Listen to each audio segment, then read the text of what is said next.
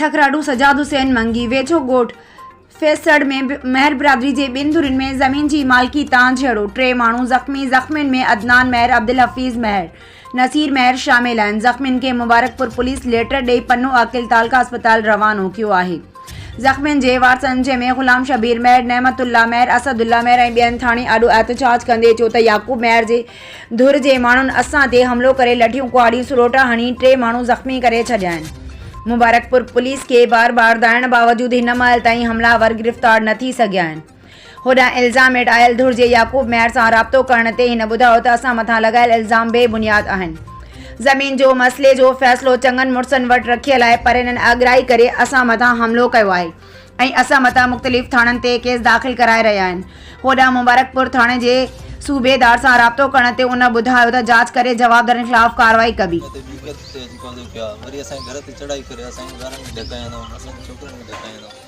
याकूब भाई पाण मशीन शोरन के बशान ने अज गाड़ा लगा प्यान है जमीन दे बड़ा आया तो कोनी में घणा माण्हू ज़ख़्मी थिया? लक्ष्मी 3 जना ज़ख़्मी केड़ा इस्लाम हफीज नसीर हाणे तव्हां छा ॿुधायो? असां मतलब ये एसपी साहब ऑर्डर दा ये गिरफ्तार करे माण्हू वठे पुलिस असां अग में बटर जे कराया माण्हू बदे को पुलिस रेडी 1000 में वठी खरीदी दे सोच लो तो है न वाला काई कानून अग में बीएमसी थियल आई मोटी आई वरी उन ते को भी कदम न खयो।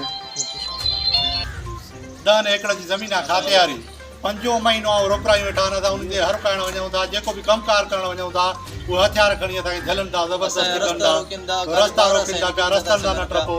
अग में भी असांखे एफआर थियल आहे एमसी थियल आहे वरी हाणे तव्हां किथां पाण ॾिसो था ज़ुल्म कयो अथऊं अखि कढी अथऊं।